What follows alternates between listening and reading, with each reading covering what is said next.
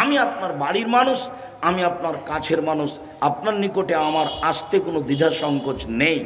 আপনি মুচি দিয়ে ডাকলে আমি আসতে পারি, সময়ের ব্যবধান মাত্র, পরিস্থিতির ব্যবধান মাত্র। আমাকে ডাকতে বড় কিছু লাগে না, সময় কিছু লাগে না, কোনো জায়গায় নয়, যে কোনো জায়গাতে আমি যেতে পারি, যেতে প্রস্তুত আছি, যাওয়ার সময় মাত্র। মুচি দিয়ে ডাকলেও হবে, আপনি ডাকলেও হবে। আমি খুব সাধারণ মানুষ। আমি হচ্ছি কচুর পাতার পানি। কচুর পাতা পানি বুঝেন, যে একটু বাতাস হলে কি করে, টলবল টলবল করে, যার নিজস্ব কোনো ভিত্তি নেই। আমার নিজস্ব কোনো ভিত্তি নেই, আমি হলাম কচুর পাতার পানি। স্বাভাবিক। জামিয়া সালাফিয়া দেশের ব্যতিক্রম প্রতিষ্ঠান, যার 10 টাকা ক্ষতির আমার মাথাতে হিসাব নেই। এই প্রতিষ্ঠান কবুলের জন্য আল্লাহকে বলছি, পৃথিবীর কোনো শক্তি এই প্রতিষ্ঠানের ক্ষতি করতে পারবে না, ইনশাআল্লাহ আপনাকে আমি বলে রাখলাম। এরকম কোনো ক্ষমতা মানুষের হাতে আসবে না। সাময়িক ক্ষতি করতে পারে, সাময়িক বদনাম করতে পারে, সাময়িক ক্ষতির চেষ্টা করতে পারে, সাময়িক বদনামের চেষ্টা করতে পারে। এমনও কতগুলো লোকের দাবি আছে যে জামিয়া সালাফিয়া রূপগঞ্জ নারায়ণগঞ্জে যেন মসজিদের জমি কিনতে না পারে, কত টাকা লাগবে ঠেকানোর জন্য সেটা ব্যবস্থা করব। সেটাও চেষ্টা চলছে। তারপরে স্বাভাবিক গতিতে, ধীর গতিতে তার কাজ চলতে আছে। যার জন্য আপনাকে আমি বলি, আপনার যেটা বড় দেওয়া, আমার যেটা বড় পাওয়া, সেটা হলো একটু মুখে বলতে হবে, আল্লাহ তুমি জামিয়া সালাফিয়া কবুল করো। তার বড় প্রজেক্ট এই আপনার মসজিদ ভিত্তিক দাওয়াত, আল্লাহ তুমি এটাকে কবুল করো। তুমি কবুল করলে কাজ সহজ, তুমি কবুল না করলে কাজ ভারী। আর বলছি, আমাদের ভুল ত্রুটির কারণে যেন এই প্রতিষ্ঠানের ক্ষতি না হয়, এরকম ভুল ত্রুটি করতে রাজি নই। আমাদের ভুল ত্রুটির কারণে যেন এই প্রতিষ্ঠানের ক্ষতি না হয়, এরকম ভুল ত্রুটি করতে রাজি নই। যদি মানুষ মাত্র হয়ে যাই তাহলে মাফ করে দাও, আর যেন না হয় এ ব্যাপারে তুমি তৌফিক দান করো। এটা আল্লাহর কাছে জোরালো দাবি। আমার দাবি, জাতির দাবি, আপনার নিজস্ব দাবি। প্রথম কথা, আল্লাহ তুমি জামিয়া সালাফিয়া কবুল করো। দ্বিতীয় কথা থাকবে, জামিয়া সালাফিয়ার সার্বিক কাজে 10টা টাকা দিব, 10,000 দিব, 50,000 দিব, কিন্তু আমি শরিক থাকব, অবশ্যই থাকব। এটা আমার দাবি থাকছে। আল্লাহ আমাদের কবুল করুক, আপনাকে কবুল করুক, আল্লাহুম্মা আমিন। সম্মানিত দিনী ভাই বোন, আমি যে লম্বা বক্তব্য দিব তা নয়, কিন্তু মধ্যে কোনো সময় কেউ উঠে পরিবেশ নষ্ট করবেন না, যেটা আমি খুব অপছন্দ করি। পরিবেশ নষ্ট হবে এমন কোনো কাজ করবেন না। আমরা তো আর আব্দুল্লাহ বিন ফজল নই যে ঘন্টার ঘন্টা বক্তব্য দেব। কিছুক্ষণ পরই দেখবেন যে বক্তব্য শেষ হয়ে যাচ্ছে। আর যেসব দিনী বোন আসলেন, ঢং ঢং করে আসলেন, ঢং ঢং করে চলে গেছে। কি বুঝলো ও যে আসলো, এখানে চলে গেল, তো কি বুঝলো? ও কি আব্দুল্লাহর বক্তব্য বুঝলো? আমি যে দুটা কথা বলবো সেটা কি শুনলো? কেনই বা আসলো, কেনই বা গেল? আসলো গেল কেন? আপনি কাপুরুষ সেই জন্য। আপনি জানেন না যে আব্দুর রাজ্জাক বিন আসবেন 33 বছর আমি কোনোদিনও অপ্রয়োজনীয় বাক্য বলিনি, আজকেও বলবো না। তো কেনই বা আপনার বোন আসলেন এভাবে আর চলে গেলেন? কি বুঝলো? আপনি এখান থেকে দাঁড়িয়ে যে চা খাচ্ছেন, বসে আছেন, গল্প করছেন, কেন? কি বুঝাচ্ছেন আপনি আমাকে? কি বুঝাতে চাচ্ছেন? বোকামি গাছে ধরে না। বোকামি ত্যাগ করে ভদ্রতা বজায় রেখে বিষয়ভিত্তিক কোরআন হাদিসের আলোচনা শুনুন, জামিয়া সালাফিকে মূল্যায়ন করুন। ইহকালে সফলতা আসবে, পরকালে সফলতা আসবে, আসবে আসবে ইনশাআল্লাহ। মহান আল্লাহ বলেন, লোকমান হাকিম বলেন, বুনাইয়া লা তুশরিক বিল্লাহ, আপু তুমি আল্লাহর সাথে শিরক করো না। শিরক সবচেয়ে বড় অপরাধ। বিচারের মাঠে আদমের ছেলে মেয়ে যখন উপস্থিত হবে, আকাশ পরিমাণ পাপ নিয়ে, আকাশ জমিন পাপে ভর্তি হয়ে আছে, সব পুরুষ নারী উপস্থিত হবে বিচারের মাঠে। তখন আল্লাহ বিচারের মাঠে আসবেন আদম সন্তানের সামনে, এসে বলবেন, শোনো, আতাইতানি বিকুরাবিলার যে খাতায় সুম্মা লাকিতানি লা তুশরিক বি শাইআ লা আতাইতুকা বিকুরাবিহা মাগফিরা। আদম সন্তান শোনো, আজকে আকাশ জমিন পরিমাণ পাপ নিয়ে উপস্থিত হয়েছ, আমি সেই পরিমাণ ক্ষমা নিয়ে উপস্থিত হয়েছি। তোমার যে পরিমাণ পাপ আমার সেই পরিমাণ ক্ষমা, তোমার যে পরিমাণ পাপ আমার সেই পরিমাণ ক্ষমা, তোমার যে পরিমাণ পাপ আমার সেই পরিমাণ ক্ষমা। তোমার পাপ যত আমার ক্ষমা তত, তোমার পাপ যত আমার ক্ষমা তত। যদি শিরক না থাকে, বাংলাদেশ, ভারত, পাকিস্তান এমন একটা দেশ যেখানে শিরক চলে বিপদ সীমার উপর দিয়ে।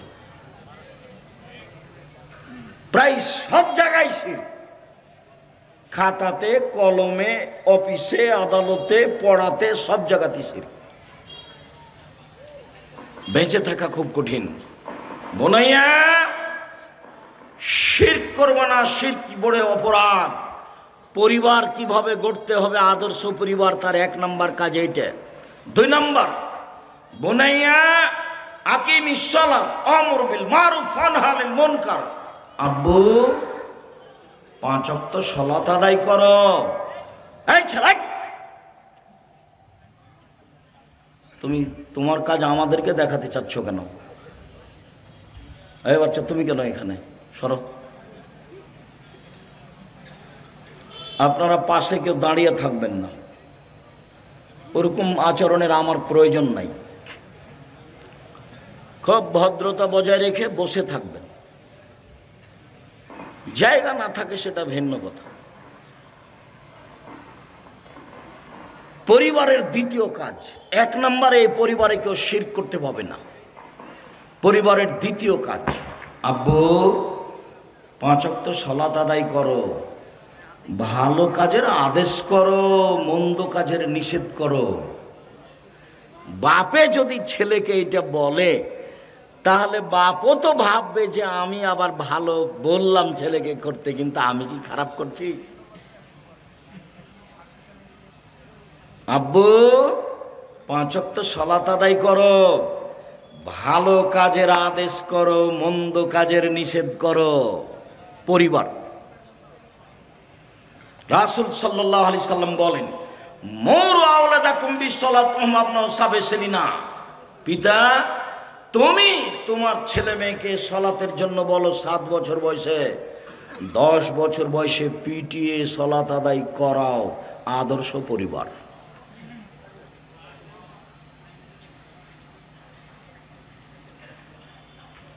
আব্বু ওয়ালা তুসাইর খাদ্দাকা লিন্নাস ওয়ালা তামশি ফিল আরজি মারাহা।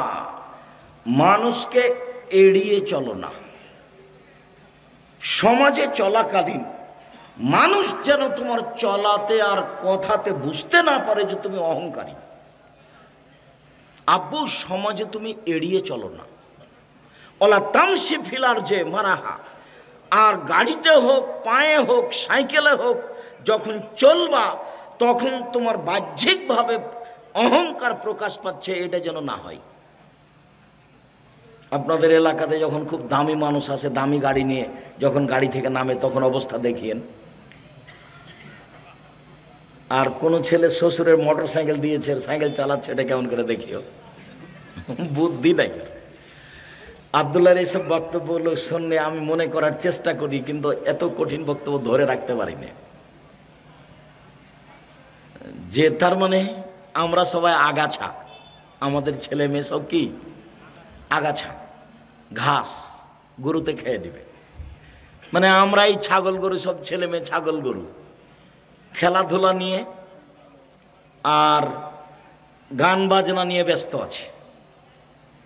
আর যারা মসজিদের চেয়ারম্যান মেম্বার, তারা মসজিদ টাইলস বানাবে এ নিয়ে ব্যস্ত আছে, টাইলস লাগাবে মসজিদে এ নিয়ে ব্যস্ত আছে। আর যারা সরকারিভাবে দায়িত্ব পালন করে, তারা রাস্তাঘাট আর কারেন্ট নিয়ে ব্যস্ত আছে। কই বড় বড় বিশ্ববিদ্যালয় তৈরি হয়েছে কি? বড় বড় বিশ্ববিদ্যালয় তৈরি হবে। ডাক্তারের জন্য বাংলাদেশের সব পুরুষ নারী চলে যাচ্ছে ইন্ডিয়া। ওখান থেকে মাসে 5 লক্ষ টাকা করে বেতন দিয়ে ওখান থেকে মেয়ে নিয়ে এসে বাংলাদেশে মেয়েদেরকে ডাক্তারি শিখাতে হবে। তাহলে হবে আমার নিজস্ব সম্পদ। কথা বুঝাতে পারি? তাহলে আমি নিজের পরিচয় নিজে চিনতে পারবো আমি কে। গান বাজনা করতে করতে অসুখ বিসুখ হয়ে গেল, তখন টাকাটা আবার ইন্ডিয়াতে দিয়ে আসলাম। তা আমি নিজে কি করলাম? বক্তারা ভালো চলছে যে কিভাবে বক্তব্য দিলে মানুষ খুশি হবে, টাকা পাওয়া যাবে। মসজিদের সেক্রেটারি সভাপতি মসজিদে টাইলস লাগাবে, সবাই নিজ নিজ জায়গাতে আছে। জাতির জন্য কে আছে? জাতি ভুলে গেছে যে আমি কে। এক মিনিট, আমি কোনো কথা সহজে বলতে চাই না। তো গোলাম মুর্তজা নামে একটা বক্তা ছিল ইন্ডিয়ার, ওর একটা বক্তব্য ছিল যে রাজশাহীতে একটা বিস্কুট ফ্যাক্টরি তৈরি হয়েছে, যার দারোয়ানের বেতন হলো 30,000 টাকা। তো দরখাস্ত পড়েছে, তো কয়েক হাজার দরখাস্ত পড়েছে। তো ঘটনা কি ছিল? ঘটনা ছিল যে বগুড়া জেলার ডিসি এসেছিল বাঘাচার ঘাটে একদিন, কথার কথা কিন্তু এটা কথা নয়। এসে দেখছে বাগান, স্বামী স্ত্রী মিলে বাগান দেখছে, বাচ্চা ওই গাড়িতে শুয়েছিল, কেটা যেন বাচ্চাকে চুরি করে নিয়েছে। তো ওরা বড় বড় আম দেখলো, একবারে মাটির সাথে ঝুলে আছে। বাহ, কত সুন্দর আম, এত সুন্দর আম দেখতে, কিন্তু বাচ্চা পেলে ভুলে গেছে, সে দেখছে গাড়িতে বাচ্চা নাই, খুঁজে খুঁজে পেল না। তো নিরুপায় কান্নাকাটি করতে করতে চলে গেছে। তো এখন বিস্কুট ফ্যাক্টরি 30,000 টাকা বেতন। তো যে লোকটা একে চুরি করে নিয়ে গেছিল, সে লোকটা এই ছেলে ওর বাড়িতে থাকতে থাকতে বড় হয়ে গেছে, ডুড্ডা মুড্ডা যেটা হোক হয়েছে, হয়ে একটা দরখাস্ত করেছে ওই গার্ড হওয়ার জন্য। তারপরে ও ওই নিয়োগ পেয়েছে। তো এখন একটা লোক ওখান দিয়ে যাচ্ছে, তো গার্ড সিগারেট টানছে। তখন এ বলছে তুমি কে? তখন গার্ডটা বলছে, হ্যাঁ আপনি আমাকে চিনেন না? 3,000 মানুষ দরখাস্ত করেছিল, তার মধ্যে আমি লিস্টে এসেছি, আমি সেই গার্ড, 3,000 বেতন, আপনি আমাকে চিনেন না? ও, তোমাকে আমি চিনি না, তুমি তোমাকে চিনো না, তোমার বাপ হলো আপনার ওই বগুড়া ডিস্ট্রিক্ট ম্যাজিস্ট্রেট ডিসি। তোমার বাপ আর তোমার মা এসেছিল এখানে আম বাগান দেখতে, আমার চাচাতো ভাই তোমাকে চুরি করে নেয়। তো ঘটনা হলো এই, তুমি হলে পাহারাদার গার্ড। তখন ও বলছে ছি ছি ছি ছি, সিগারেটটা ফেলে দিয়ে ছুটেছে বাড়ির দিকে, দেখি আমার বাপ মা কোথায়। ও তো ডিসির ছেলে, ডিসি ওই এতক্ষণে বুঝতে পেরেছে নিজের পরিচয় বুঝতে পেরেছে আমি কেন পাহারাদার। আমি যখন বুঝতে পারবো আমি কেন পাহারাদার, তখন আমি বুঝবো যে আমার এই গান বাজনা এগুলোর মধ্যে গাঁজা, তারপরে খেল তামাশা, এগুলো নিয়ে মত্ত থাকা হবে না, মসজিদের টাইলস নিয়ে মত্ত থাকা হবে না, রাস্তাঘাট নিয়ে মত্ত থাকা হবে না, গাছের নিচে ছেলেরা পড়াশোনা করে মানুষ হয়েছে। কোথায় ছেলে পড়ালে মানুষ হবে, মানুষের মতো মানুষ হবে, কোথায় ছেলে পড়ালে ছেলে সিংহ হয়ে বড় হবে, অন্যায় তার কাছে আশ্রয় পাবে না, সেই চিন্তা ভাবনা মাথায় আসবে। যেহেতু নিজেকেই চিনতে পারলাম না নিজে, তখন আমিও পশু প্রাণী, ছেলে মেয়েও পশু প্রাণী।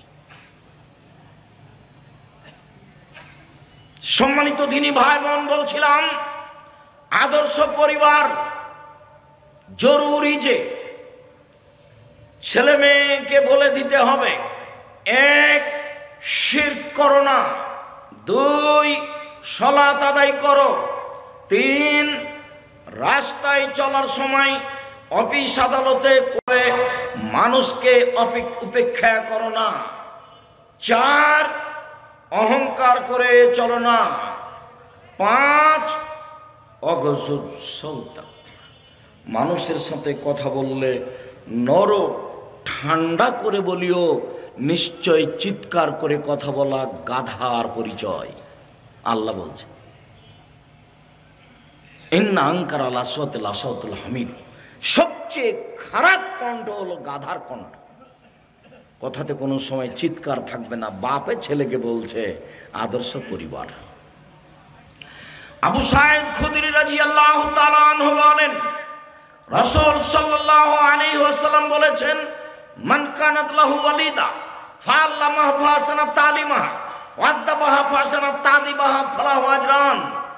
কারো যদি বাড়িতে কাজের মেয়ে থাকে, তাকে যদি শিখিয়ে দেয়, সুন্দর শিখিয়ে দেয়, শিষ্টাচার শিখিয়ে দেয়, সুন্দর শিষ্টাচার শিখিয়ে দেয়, তাহলে সে ডবল নেকি পাবে।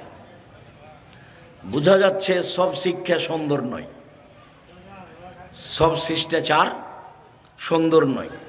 এই কথা আপনার খুব ভালো মনে আছে যে যারা শিক্ষা অর্জন করে তার পায়ের নিচে ফেরেশতা পর বিছায়।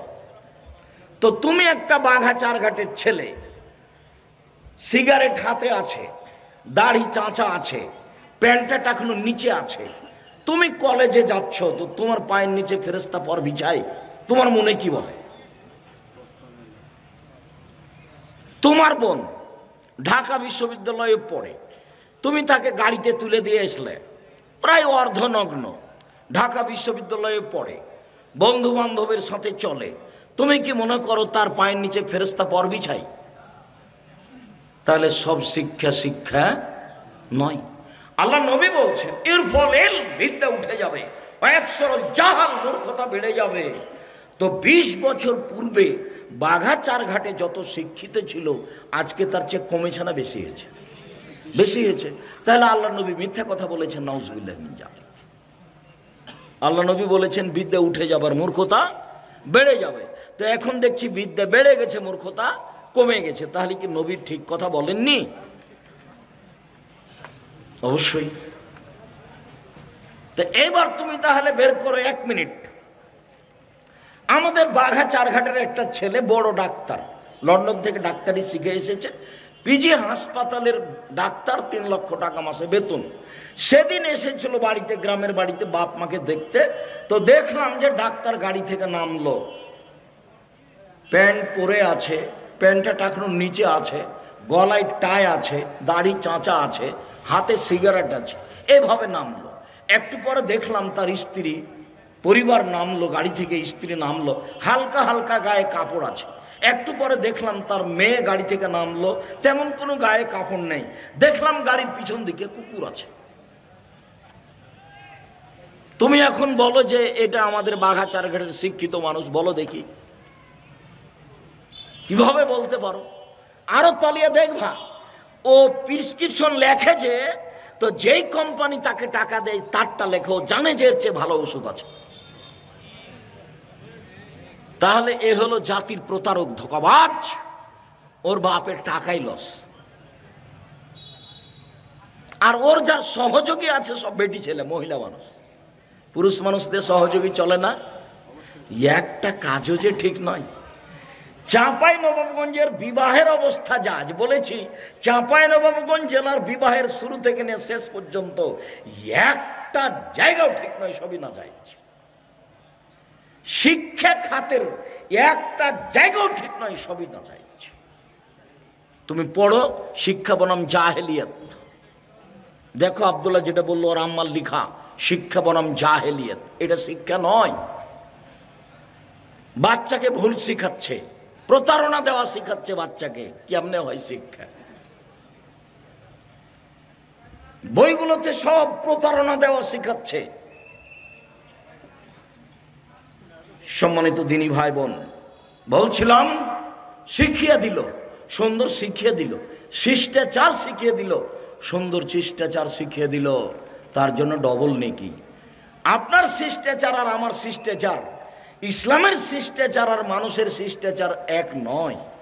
আপনি যখন আমাকে 1 গ্লাস পানি দিলেন তখন আমি বললাম থ্যাংক ইউ, আর আপনাকে যখন আমি 1 গ্লাস পানি দিলাম তখন আমি বললাম, আপনি বললেন জাযাকাল্লাহ খায়ের। বলেন তো দুইটা কি সমান? জাযাকাল্লাহ খায়ের মানে হলো এই যে আল্লাহ এর প্রতিদান দান করুক। আপনি বিপদে পড়েছেন লন্ডনে, আমার এই কথাটা, আপনার এই কথাটাতে আমি ভোগ করব সুবিধা লন্ডনে গিয়ে। কেন? এর প্রতিদান আপনি দেওয়ার জন্য কাকে বলেছেন? আল্লাহকে। আর আপনি বললেন থ্যাংক ইউ। বলেন তো এটা দেখ কি হলো? কিছু কি হয়েছে? একটু কি হয়েছে? সামান্য তুমি কি হয়েছে? আমরা তো সব সময় বলি আসসালামু আলাইকুম। আপনি মোবাইলের রিং হচ্ছে, দেখবেন যদি নাম্বার চিনতে পারেন এটা হিন্দুর, তাহলে আপনি বলবেন জি ধন্যবাদ, কেমন আছেন আপনি? আর যদি চিনতে না পারেন, মুসলমান হোক, বৌদ্ধ হোক, খ্রিস্টান হোক, ডোম হোক, চামার হোক, যে হোক না কেন, বলবেন আসসালামু আলাইকুম। তা আপনি বলছেন হ্যালো হ্যালো বলে কুকুরকে ডাকে, বলেন তো এটা আপনি কি বললেন? ওরেতে কি উপকার হলো? শিষ্টাচার। আপনি যখন বিদায় দিলেন তখন বললেন টাটা বাই বাই, এটাতে কি হবে? আপনি বললেন নাস্তাদুল্লাহ দীনাকা আমানাতাকা আখিরা আমালিক ওয়া যাওয়াক্কাল তাকা গাফারা যামবাক ওয়া ইয়াসসারা লাকাল খায়রা হাইসুমা কুনতা। চাচা, আপনার সব কিছুকে আল্লাহর কাছে গচ্ছিত রাখলাম। আল্লাহ আপনাকে পরহেজগারিতা দান করুক, আল্লাহ আপনাকে মাফ করুক। যেখানে আপনি যান না কেন আপনার সব কিছু যেন সহজ হয়ে যায়। এবার তার কি হবে? সুবিধা হবে। শিষ্টাচার শিখিয়ে দিল, সুন্দর শিষ্টাচার শিখিয়ে দিল, তার জন্য ডবল নেকি আছে। তাহলে শিষ্টাচার সবটা সুন্দর নয়, বিদ্যা সবটা সুন্দর নয়, আদর্শ পরিবার। আবু হুরায়রা রাদিয়াল্লাহু তাআলা আনহু বলেন, রাসূল সাল্লাল্লাহু আলাইহি ওয়াসাল্লাম বলেছেন, ইয়াকরাহুল কালামা বাদাল ইশায়ে ওয়া ইয়াকরাহুন নাওমা কাবলাল ইশায়ে। এশার সালাতের পূর্বে ঘুমানোকে ঘৃণা করতেন, এশার সালাতের পরে কথা বলাকে ঘৃণা করতেন। এশার সালাতের পরে কথা বলাই ঘৃণিত কাজ। তো ঘন্টার ঘন্টা দোকানে আড্ডা পিঠা চলতে পারে কি করে? চিরদির জন্য বাঘাচার ঘাটে আড্ডা পিঠা হারাম। আজ থেকে দুইজন যেখানে লোক বসে আছে সেখানে বসবেন না। চারটা কথা মনে রাখবেন। এক, 5 ওয়াক্ত সালাত যে কোনো মূল্যে পড়বই।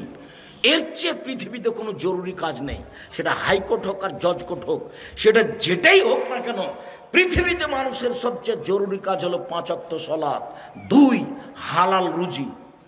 অল্প দিন বাঁচতে এসে হারাম রুজি উপার্জন করতে হবে না, শ্বশুর শাশুড়িকে টাকা ফেরত দিতে হবে, টাকা নিতে হবে না। বোনকে ভাগ দিয়ে দিতে হবে, বোনের ভাগ নিতে হবে না। যদি তুমি আমাকে জিজ্ঞাসা করো, আপনি যদি আমাকে জিজ্ঞাসা করেন আব্দুল রাজ্জাক সাহেব আপনাদের জমি জায়গার খবর কি, আমার বাপ যেদিন মারা গেছেন মাটি দিয়েছে, আগে জমি ভাগ করেছি, জমি ভাগ করে ভাগটা দিয়ে দিয়েছি, আর আমরা 2 ভাই বলেছি আমাদের যে ভাগ আছে সেটা তোমরাই খাও। 15-16 বছর হলো আমার বাপ মরা, আমরা ওটা দিন খোঁজও নিনি। আমার ছোট ভাই মুস্তফা কামাল বরিশাল মডেল কলেজের শিক্ষক, আর আমি এই যে রাস্তাঘাটে ঘুরি, বেকার মানুষ।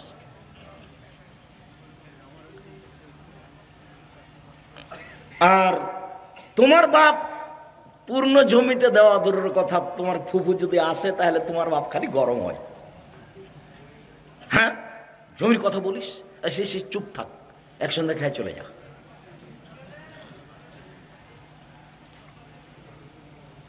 সম্মানিত দিনী ভাই বোন, রাসূল সাল্লাল্লাহু আলাইহি সাল্লাম বলেন জরুরি 4টা কাজ মনে রাখবেন। 1, 5 ওয়াক্ত সালাত। 2, হালাল রুজি। 3, কোরআন তেলাওয়াত, অন্তত সূরা ইখলাস। 4, দুইজন যেখানে বসে আছে সেখানে বসবেন না, চিরদিনের জন্য আড্ডা পিটা হারাম। একবারে উঠার সময়তে কান ধরে বলতে হয় এই কথা নয়, উঠার সময়তে একবারে মনে মনে কান ধরে বলবেন আস্তাগফিরুল্লাহ ওয়া আতুবু ইলাইহি, চিরদিনের জন্য আমি আড্ডা পিটা হারাম ঘোষণা দিলাম। চলে তো, মানুষ বেঁচে থাকে তো। আমি কোনোদিন 4 স্টলে বসি না, আমি আছি তো, বেঁচে নেই আমি।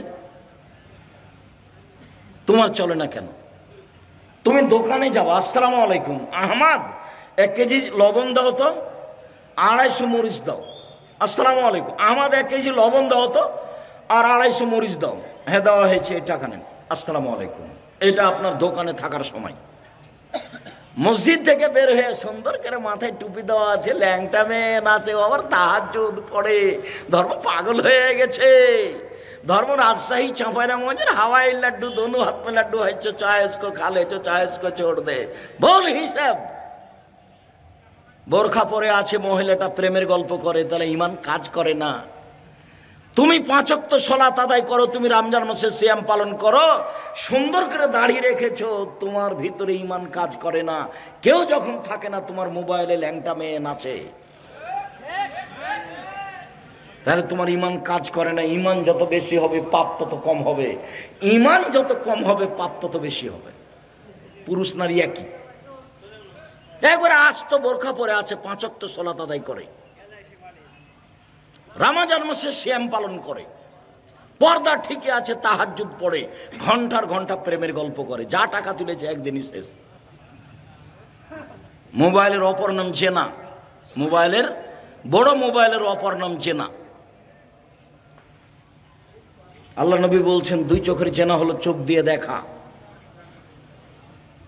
সম্মানিত দিনী ভাই বোন, আদর্শ পরিবার। আবু সাঈদ খুদরি রাদিয়াল্লাহু তাআলা আনহু বলেন, রাসূল সাল্লাল্লাহু আলাইহি সাল্লাম বলেছেন, মাসালু জালিসি সলে ও সয়ে কা সাহেবিল কিরে ও নাফকিল কিরে ও সাহেবিল মিসকে। ভালো বন্ধুর উদাহরণ আর মন্দ বন্ধুর উদাহরণ, ভালো ক্লাস ফ্রেন্ডের উদাহরণ আর মন্দ ক্লাস ফ্রেন্ডের উদাহরণ, ভালো বান্ধবীর উদাহরণ আর মন্দ বান্ধবীর উদাহরণ কামারের মতো আর আতরওয়ালার মতো, কর্মকারের মতো আর আতরওয়ালার মতো। কারো যদি বন্ধু আতরওয়ালা হয়, আতর এমনিতে দিবে, দোস্ত একটু আতর নেও, যদি এমনিতে না দেয় তাবদাও মিনহু, তার কাছ থেকে একটু কিনে নিবে। যদি এমনিতে না দেয়, কিনেও না নেয়, তার পাশে বসে থাকলে আদরের গন্ধ আসবে। আতরওয়ালার কাছে বসে থাকলে ও গন্ধ ঠেকে রাখতে পারবে? পারবে না। এই হলো ভালো বন্ধুর উদাহরণ। বন্ধু ভালো হলে তার প্রতিক্রিয়া আপনার ভিতরে আসবেই। মন্দ বন্ধুর উদাহরণ হলো কামারের মতো। কামারের পাশে বসে থাকলে আয়ুরে কাছে বাঁকা, কোনো সময় আগুন ছিটকে এসে কাপড় জ্বলে যেতে পারে। ওহো, বাড়ি থেকে দেখছি লুঙ্গিটা একটু জ্বলে আছে, কি ব্যাপার? ওহো, কামারের কাছে বসেছিলাম, একটু আগুন ছিটে পড়েছিলাম, তো খেয়াল করিনি যে একটু পড়ে আছে। বিড়ি খেলে যা হয়, সিগারেট খেলে যা হয়, যদি কাপড় জ্বলে না যায়, তাজেদু মিনহু রিহান খাবিসা, সেখানে বসে থাকলে ধোঁয়াটা আসবে, ধোঁয়া তো আসবে। কামারের পাশে বসে থাকলে নাকে মুখে ধোঁয়া লাগবে না, এই কথা যেমন মিথ্যা। আপনার মেয়ের বান্ধবী খারাপ, আপনার মেয়ে খারাপ হবে না, এই কথা তেমনি মিথ্যা। কামারের পাশে বসে থাকলে নাকে মুখে ধোঁয়া আসবে না, এই কথা যেমন মিথ্যা। আপনার ছেলের বন্ধু খারাপ হলে আপনার ছেলে খারাপ হবে না, এই কথা তেমনি মিথ্যা। খারাপ হবেই।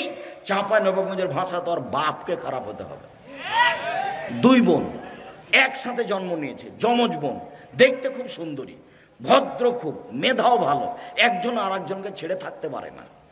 পড়াশোনা করেছে, মাস্টার ডিগ্রি পাস করেছে, 25, 26, 30 বছর বয়স। একজনের বিবাহ হয়েছে আওয়ামী লীগের সাথে, আর একজনের বিবাহ হয়েছে বিএনপির সাথে। তারা দুই বোন আর কথা বলে না। এটা কি? এখন আর কথা বলে না। ওর মাও আবার, ব্যাপারটা কি? আরে একজন পেশাব করতে গেলে আর একজন খুঁজতো, আম্মু খালেদা কোথায়, আম্মু খালেদা কোথায়, আম্মু খালেদা কোথায়।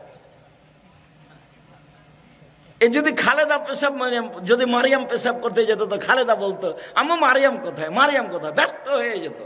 ওর মা ব্যস্ত হতো দুই বোনের কাজ দেখে। এখন ওর আর তার আপোষে আর কথা বলে না। দলের নাম শত্রুতা, দলের নাম শত্রুতা। দল সংগঠনের আভিধানিক অর্থ হলো ভঙ্গুর, যা একবার ভেঙে যাবে। আর পারিভাষিক অর্থ হলো যা দিয়ে শত্রুতা, বিরোধিতা, বদনাম, গীবাত, নিন্দা শেখা যায়। যখন খোলা মাঠে বক্তব্য দিচ্ছে, এমন বক্তব্য দিচ্ছে মনে হয়েছে ফেরেশতা দিচ্ছে, জিবরাইল দিয়ে আর একজনকে একবারে ধুয়ে ছেড়ে দিল, আর একজনকে কি করলো, ফেরেশতা করে দিল। ঠিক রিক্সাওয়ালা যেমন, এই রিক্সাওয়ালাটা চাকা আর একজনের চাকার সাথে বেঁধে গেছে, এমন দিল তাকে, একটু পরে ওটা আর একজনের সাথে হয়েছে, ওই ওকে দিল। খুব এটা দেখায় না, রিক্সাওয়ালারা বেশি করে, গাড়ির হেল্পারে এরকম করে। মানে সবারই জীবন পশু প্রাণীর মতো হয়ে গেছে, ভদ্রতা বলে কোনো জিনিস নাই। আবু মুসা আশারি বলছেন, আল্লাহ নবী একদিন বললেন, কাইফাবে কুমাসা মানি, তোমাদের কি হবে, যুগের কি হবে, তোমাদের কি হবে, যুগের কি হবে, তোমাদের কি হবে, যুগের কি হবে। এই যে অবকিতুম ফি হোসালাত মিনান নাস, যেদিন সমাজে আগাছা থাকবে, কেউ মানুষ থাকবে না, সবাই হবে পশু প্রাণীর মতো, সবাই হবে গরু ছাগলের মতো, তখন তোমাদের কি হবে, যুগের কি হবে। মারা যাতে হতো, অঙ্গীকার কারো থাকবে না, সবাই লুটে পুটে খাবে, হেড মৌলানা মেরে খাবে, হেডমাস্টার পেরে খাবে, প্রিন্সিপাল মেরে খাবে জনগণের টাকা, চেয়ারম্যান, মেম্বার, এমপি, মন্ত্রী, যে যেখানে যে জেল সুপার, 10 টাকার 5 পয়সা দাম থাকবে না, সবাই সবার টাকা মেরে থাকবে। আমানত বলে কোনো জিনিস থাকবে না। সেদিন তোমাদের কি হবে, যুগের কি হবে, সেদিন তোমাদের কি হবে, যুগের কি হবে। মানুষের মতবিরোধ এইভাবে ঢুকবে। দেখেন এদিকে, একটা আঙ্গুল আর একটা আঙ্গুলের মধ্যে যেমন ঢুকে গেল, আল্লাহ নবী বলছেন, এইভাবে দেখাচ্ছেন যে মানুষের ভিতরে মতবিরোধ ঢুকে যাবে। মসজিদের সেক্রেটারি অমুক, আমি বলছি না অমুক, আপনি বলছেন না অমুক, মারামারি লেগে গেছে মসজিদে, কেউ কারো কথা মানবে না। তোমাদের কি হবে, যুগের কি হবে, তোমাদের কি হবে, যুগের কি হবে। তখন সাহাবী বলছেন ফামা তেমন, বলেন কি করতে হবে, পরিবেশ যদি এরকমই হয় তো বলেন কি করতে হবে। তখন বললেন মুখখান বন্ধ রেখো, মুখটা বন্ধ রাখিও, 1, 2 বাড়িতে থাকিও, বাইরে যাবে না। বাইরে গেলেই ঈমান হারিয়ে যাবে, মানুষের পিটাবে। বাইরে যায়ও না, বাড়িতে থাকো, ভালো যেটা সেটা নেও, খারাপ যেটা সেটা ছেড়ে দাও। 3টা কথা বললেন। তখন সাহাবী বলছেন আল্লাহর নবী, আচ্ছা ঠিক আছে, আমি বাড়িতেই থাকলাম, বাইরে গেলাম না, কিন্তু ও যদি আমার বাড়িতে এসে মারে, এটা সাহাবীর জিজ্ঞাসা, তখন কি হবে? তখন আল্লাহ রাসূল বলছেন তাহলে যদি বাড়িতে এসে মারে, তাহলে আদমের 2 ছেলের ভালোটার মতো হয়েও। আদমের 2 ছেলে, কাবিল বললো এ হাবিল তোকে আমি মারবো। তখন হাবিল বলল তুমি মারো মারো, আমি তোমাকে মারবো না। কথা বোঝা গেল না? বাড়িতে এসে যদি মেরে যায় তবে বলতে তুমি মারো, আমি তোমাকে মারবো না। তুমি আমার পাপ আর তোমার পাপ নিয়ে বিচারের মাঠে উঠিও, আমি পাপ মুক্ত অবস্থায় উঠবো। বোঝা গেল না কথা? যখন সাহাবী বললেন যে ঠিক আছে আপনার কথা আমি মানলাম, মুখটা বন্ধ রাখলাম, বাড়িতে থাকলাম, তো ওই যদি এসে আমাকে বাড়িতে মারে তো আমি কি করব? তখন কি উত্তর দিলেন আল্লাহ নবী বলেন তো? আদমের 2 ছেলের ভালোটার মতো হয়েও, আদমের 2 ছেলের ভালোটার মতো হয়েও। ভালো কে? হাবিল। খারাপ কে? কাবিল। কাবিল হাবিলকে বললো তোকে মারবো। তখন হাবিল কি বলল? তুমি মারো মারো, আমি তোমাকে মারবো না। ঠিকই কাবিল এক সময় হাবিলকে মেরে দিল, লাশ পড়ে আছে, কি করতে হবে তা তো জানে না। যখন মারা গেছে তখন মনটা খারাপ হয়েছে, মানে নিজের ভাই তো, মনটা খারাপ হয়েছে, কেমন হয়ে গেল, কি করলাম। 2টা কাক এসে মারামারি করলো, একটা মরে গেল, তো জীবিত কাকটা গর্ত খুঁড়ে ওকে পুঁতে দিল। তখন লজ্জা পেল যে কি করতে হবে সেটা আমার বোঝা গেল না। আমি কাকের কাছে শিখলাম যে গর্ত খুঁড়ে কাবিল হাবিলকে মাটিতে পুঁতে দিল। ওরা 2 ভাই কুরবানি পেশ করেছিল। আসলে বোনকে বিবাহ করতে পারেনি, সেই জন্য রাগ হয়নি। আসলে হাবিলের কুরবানি কবুল হয়েছে আর কাবিলের কুরবানি কবুল হয়নি, তখন মন খারাপ হয়ে গেছে ওর। তো বলছে হিংসা, এর নাম হিংসা, হিংসা দিয়ে চলছে সব। হিংসা মুক্ত প্রতিষ্ঠান জামিয়া সালাফিয়া। অবাক হবেন আপনি, 50-60 জন শিক্ষক বসে আছেন আপনার বাড়ির পাশে, যেটা কেউ কোনোদিন কারোর বিরুদ্ধে মুখ খুলতে পাবে না, মুখ খুলতে পারবে না, মুখ খোলা নিষেধ। শিক্ষকদের ঘোষণা দেওয়া আছে, কে কোন দল করছে, কে কোন সংগঠন করেছে, ছাত্র করতে পাবে না, শিক্ষক করতে পারে। মুখ খোলা নিষেধ। খালি গল্প হবে কিভাবে ছেলেকে ভালো পড়ানো যাবে, কোন শিক্ষক কতদূর ফাঁকি দিল নাকি, এই চেষ্টা। জানুয়ারির 7 তারিখে ক্লাস শুরু হয়েছে, নভেম্বরের 27 তারিখে ক্লাস বন্ধ হবে, এর মধ্যে কোনো বিরতি নেই। যাও এই কুরবানির ছুটি আর কোথায় কোথায় এমনি যেটা জরুরি ছুটি সেটা আছে, রমজানের ছুটি, এর নাম জামিয়া সালাফি। কোনো সমস্যা তার উপরে এসব পড়ে না। আদর্শ পরিবার। আবু হুরায়রা রাদিয়াল্লাহু তাআলা আনহু বলেন রাসূল সাল্লাল্লাহু আলাইহি সাল্লাম বলেছেন কুল্লু মাউলুদিন ইউলাদু আলাল ফিতরা ফাবুহিহাবেদানিহি মাজিসানিহি নাসরানিহি। প্রত্যেক ছেলে মেয়ে ইসলামী ধারণ ক্ষমতা নিয়ে জন্মগ্রহণ করে। ছেলেটা দাড়ি ছাড়তে পারবে, ছাড়লো না কেন, কেটে দিল কেন? ছেলেটা টাকনোর উপরে প্যান্ট পরতে পারবে, পরলো না কেন, টাকন নিচে পরলো কেন? ছেলেটা 5 ওয়াক্ত সালাত আদায় করতে পারবে, করলো না কেন? ছেলেটা মানুষের বদনাম না করে দোকানে আড্ডা না পিটে বেঁচে থাকতে পারবে, থাকলো না কেন? মেয়েটা পর্দা করে বাড়িতে থাকতে পারবে, থাকলো না কেন? মেয়েটা কেন নগ্ন পোশাক পরে স্কুল কলেজে গেল? মেয়েটা কেন যুবতী মেয়ে দুলা ভাইয়ের হাত ধরে চলে গেল? কেন চলে গেল? ও তো জন্ম নিয়েছে আদর্শের ওপরে, ও তো জন্ম নিয়েছে ইসলামী নীতির উপরে, এমন হলো কেন? আল্লাহর নবী বলছেন ওর বাপ মা তাকে এমন করেছে। তাহলে আমার প্যান্টটা টাকানোর নিচে কে করেছে? আমার বাপ। আব্দুর রাজ্জাক সাহেব, এটা কি উল্টা হচ্ছে? জিনা একবারে হাদিসের অনুবাদ আপনাকে আবার দেখাচ্ছে, একবারে হুবাহু। আমি 5 ওয়াক্ত সালাত আদায় করি না, এটা আমার কে করেছে? আমার বাপ। ক্লাস 10-এ পড়ে আমার মেয়ে দুলা ভাইয়ের হাত ধরে ঘুরছে। এটা কে করেছে? আমার মা বাপ। এইখানে কতগুলি মেয়ে ইন্টার পাস করেছে, বিএ পাস করেছে, এমএ পাস করেছে, বসে আছে, মাথায় কাপড় নাই, শীতের দিন। এটা কে করলো? ওর মাই করেছে। এটা কে বলছে? আল্লাহ নবী বলছে। সবাই ইসলামী নীতিতে জন্মগ্রহণ করেছে। ইহুদি হলো কেন? বাপমা করেছে। খ্রিস্টান হলো কেন? বাপমা করেছে। আগুন পূজক হলো কেন? বাপমা করেছে। চাঁপায় নবাবগঞ্জের ভাষাতে বলে সঙ্গ দোষে লোহা ভাসে। সঙ্গ দোষে লোহা ভাসে। লোহা এমনি পানিতে ছেড়ে দেন তো ডুবে যাবে, লোহাকে কাঠের সাথে লাগিয়ে পানিতে দেন তো ভাসবে। সঙ্গ দোষে লোহা ভাসে, সঙ্গ দোষে লোহা ভাসে। আবু হুরায়রা রাদিয়াল্লাহু তাআলা আনহু বলেন, কুল্লু নাফসিন মিন বানি আদম সাইয়্যিদ, আদম সন্তানের সবাই নেতা। আর রাজুলু সাইয়্যিদ ফি আহলিহি, বাপ হলো পরিবারের মালিক, কর্তা। ওয়াল মারাতু সাইয়্যিদা ফি বাইতিহা, মা হলো বাড়ির কর্ত্রী। নিজের কাজ করে যে তাকে বলে কর্মী, অপরের কাজ দেখে যেই তাকে বলে কর্তা। বাপ হলো কর্তা এ বাড়ির, মা হলো কর্ত্রী।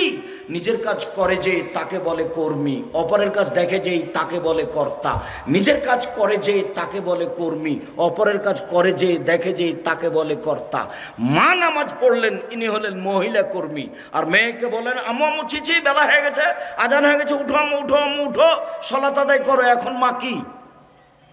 মা কর্ত্রী। আর আপনি বাপ সালাত আদায় করে এসেছেন, আপনি কর্মী। আব্বু আজান হয়ে গেছে, চলো। এখন আপনি কি? কর্তা। বুঝা যায় না মনে হয়? আল্লাহ রাসূল বলছেন আপনি কর্তা, আর আপনার স্ত্রী কর্ত্রী। নিজের কাজ না করে অপরকে চাপিয়ে দিলে হবে না। আল্লাহ রাসূল বলছেন, মান কারাহু আলাদা ফলিসাল ইসমু আদাবাহু, কারো যদি ছেলে মেয়ে জন্ম নেই তাহলে সুন্দর নাম রাখতে হবে, শিষ্টাচার সুন্দর শিখাতে হবে। নাম রেখেছে লিটন। তো বলেন যে ওর বাপ শিক্ষিত মানুষ? না, বোঝা গেল না। তওবা করতে হবে, তওবা করতে হবে। আর বলতে হবে যে এসব পড়াশোনা করে ভুল করেছি।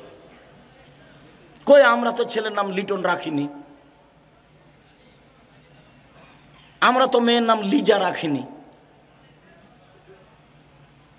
কি যে শান্তা টান্তা, কি যে হিন্দু মেয়ের নাম রেখেছে, আল্লাহ ভালো। কিভাবে যে তার কাছে এত খারাপ নাম প্রিয় হলো? তার মানে যেই বাপ সব সময় ছবি মূর্তি দেখে, সেই বাপ কি ছেলেকে বলবে বাবু কানে ইয়ারফোন লাগায় না? মাও জানে আর বাপও জানে যে ইন্ডিয়ান গান চলছে। এই বাপ মায়ের পরিবারকে কবর দিয়েছে, এই বাপ মায়ের পরিবারকে কবর দিয়েছে। পরিবার ভিন্ন করতে হবে, আজ থেকে পরিবর্তন করতে হবে। বিদ্যা ভিন্ন করতে হবে, মক্তব ভিত্তিক বিদ্যা পরিচালনা করতে হবে। এই প্রজেক্ট হাতে নিতে হবে, জরুরিভাবে নিতে হবে। কত দিন লাগবে সফল হতে সেই চিন্তা পরে।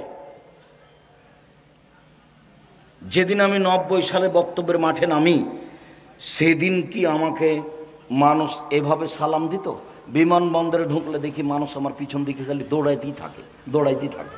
আর কোনো মহিলা পুরুষ বাচ্চাটাকে পাশে নিয়ে এসে বলে, অনুরোধ একটু খালি আমার বাচ্চাটার সাথে আপনার ছবি নেব একটু।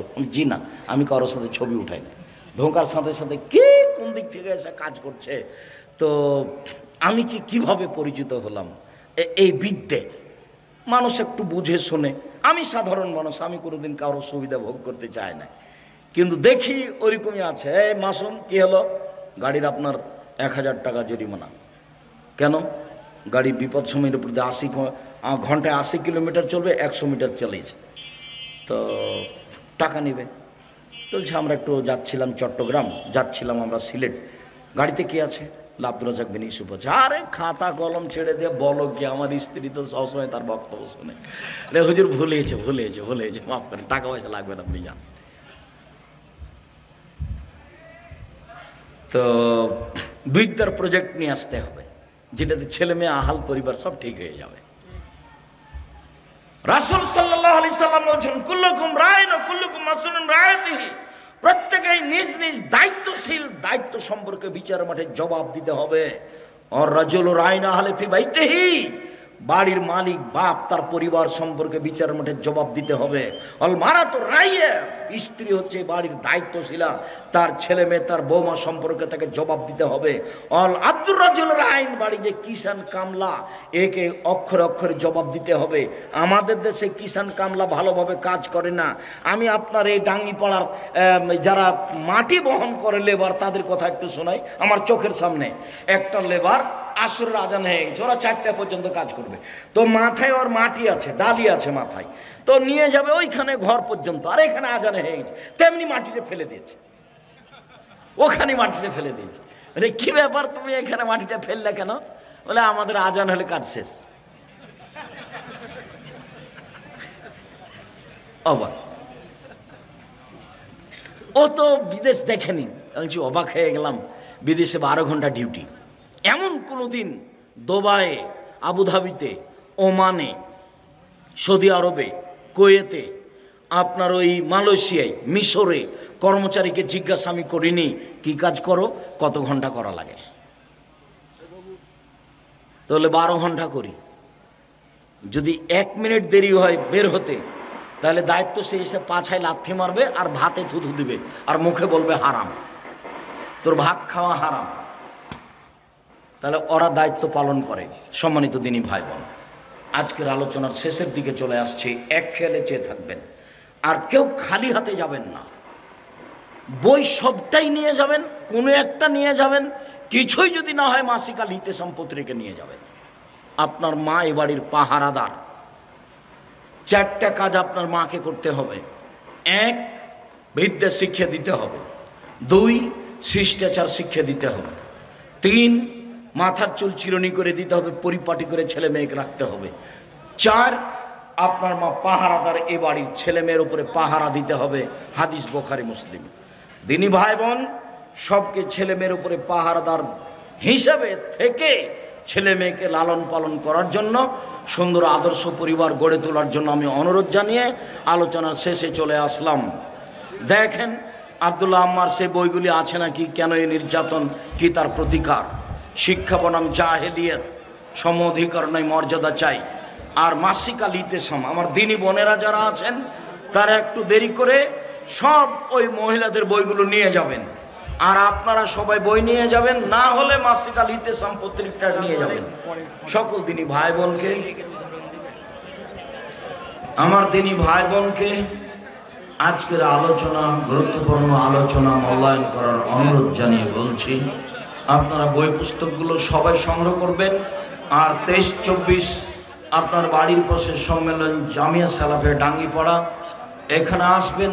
আবারও সাক্ষাৎ হবে ইনশাল্লাহ বিষয়ভিত্তিক আলোচনা নিয়ে। মর্মে আল্লাহর দরবারে বলি, আল্লাহ আমাদের যারা মারা গেছে তুমি তাদের কবরের শাস্তি মাফ করো। আমরা যারা অসুস্থ তুমি তাদের আরোগ্য দান করো। আমরা যারা বেঁচে আছি তুমি তাদেরকে তোমার রাসূলের পদ্ধতি অনুযায়ী চলার তৌফিক দান করো। আজকের যে বক্তব্য গুরুত্বপূর্ণ শুনলাম, এগুলি মেনে চলার তৌফিক দান করো। সবাই যেন, মানে একটা পত্রিকা নেব 30 টাকা দিয়ে, খালি যেন চলে না যায়। একটা পত্রিকা নিয়ে যাবো হাতে করে, কেউ পড়বে, 50টা প্রশ্নের উত্তর আছে, কেউ খালি যাবেন না। বই সবগুলোই নিয়ে যান, সম্ভব না হলে একটা পত্রিকা হাতে করে যাবেন। জিজ্ঞাসা কি জিজ্ঞাসা? কবরে লাশ রাখার বিষয়টা। কবরে লাশ রাখতে হবে কিভাবে? ডান কাতে, পুরো লাশটাকে একবারে ডান কাতে রাখতে হবে। ওই পিঠটা কবরের ওয়ালের সাথে লাগিয়ে দিতে হবে, ডান কাতে করে রাখতে হবে। এটাই সুন্নাত।